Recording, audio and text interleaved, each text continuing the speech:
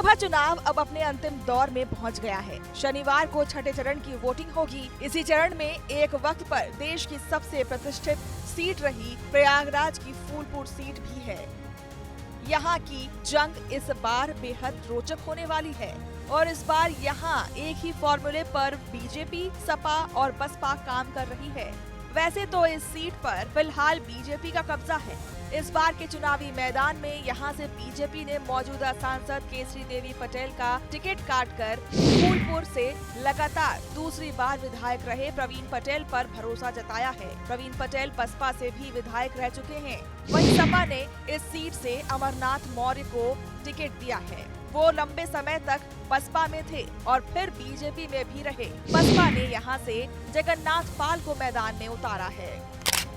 यानी इस सीट पर इस बार लड़ाई पटेल और मौर्य के बीच है। मजेदार बात तो ये है कि इस बार बीजेपी और सपा दोनों दलों ने पूर्व बसपाई पर भरोसा जताया है। बात करें इस सीट के इतिहास की, तो फूलपुर आजादी के बाद से ही वीवीआईपी सीटों में शुमार रही है। पूर्व पीएम पंडित जवाहरलाल नेहरू की राजनीतिक कर्मभूमि भी रही है। इस सीट से पहली बार 2014 में बीजेपी ने खाता खोलकर केशव प्रसाद मौर्य को देश की सबसे बड़ी पंचायत में भेजा था।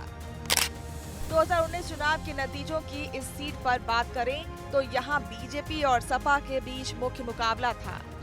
बीजेपी की ओर से केसरी देवी पटेल मैदान में उतरी थी। केसरी देवी को चुनाव में 5,44,701 वोट मिले, जबकि सपा बसपा के साझा उम्मीदवार पंधारी यादव के खाते में 3,72,733 वोट गए थे। एक तरफा मुकाबले में केसरी देवी को 1,71,968 मतों के अंतर से जीत मिली थी। वहीं कांग्रेस ने पंकज पटेल को मैदान में उतारा था।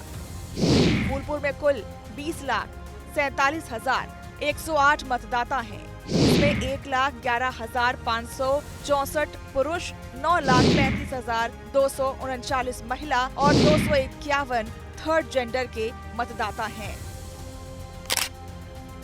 जातीय समीकरण की अगर बात करें तो फूलपुर लोकसभा सीट पर पटेल मतदाता निर्णायक भूमिका में हैं। इनकी संख्या करीब 3 लाख है। दूसरे नंबर यादव मतदाता हैं। उसके बाद फिर तीसरे नंबर पर ब्राह्मण और SC/ST मतदाता हैं।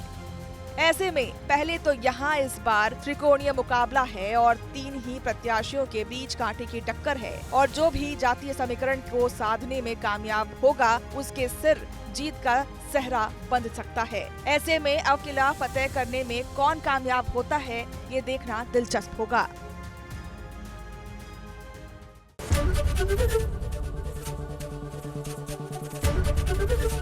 ABP गंगा, खबर आपकी, जुबान आपकी।